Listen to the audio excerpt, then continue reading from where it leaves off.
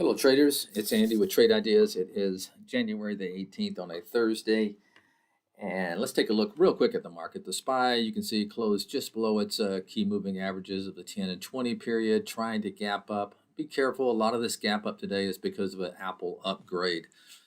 So don't feel, I think you can still be patient and get your prices in this market. But let's take a look at some nice setups. FUSN is still on the list today. It's been on there for a few days now. Watch for a key break above that psychological $10 level, which it's pretty much right there right now, but one to definitely watch, like the way that's still setting up. DoorDash, liking that bottoming tail yesterday, right off its 10 and 20 period moving average. Look for maybe a break above the 105 level in that DoorDash.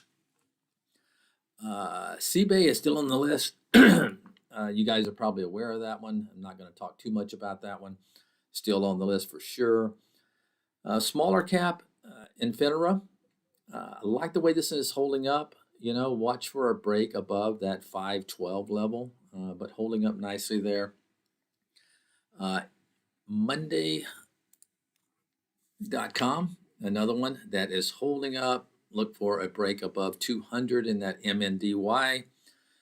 Biotech here, AVDL. Let's keep an eye on this one. I do like the move yesterday. Look at that volume bar that it had yesterday and been holding those 20 period moving average.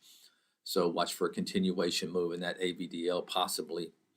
Spotify on the list, showing one stock showing some strong relative strength. Nice little volume yesterday as it tried to sell off, bounced off that 20.